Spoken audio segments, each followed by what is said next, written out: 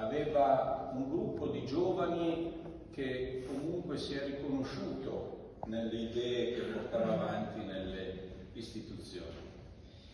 E penso che avere dei figli che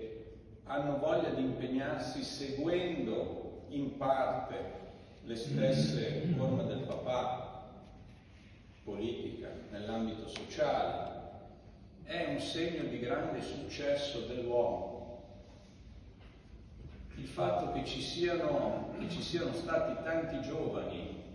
in un partito politico che abbiano deciso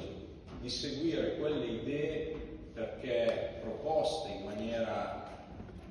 attraente dal punto di vista del messaggio e con capacità politica,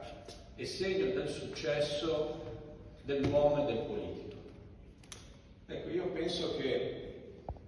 quello che oggi Roberto Maroni ci lascia è questa grande capacità, al di là dei risultati, ovviamente non tutti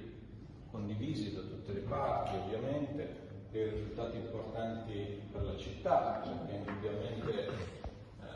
l'accordo di programma legato alla caserma e che abbiamo tutti il dovere di concludere, portare avanti, quindi anche questo è un obiettivo importante che ci prendiamo come Consiglio, come Giunta, come istituzione locale,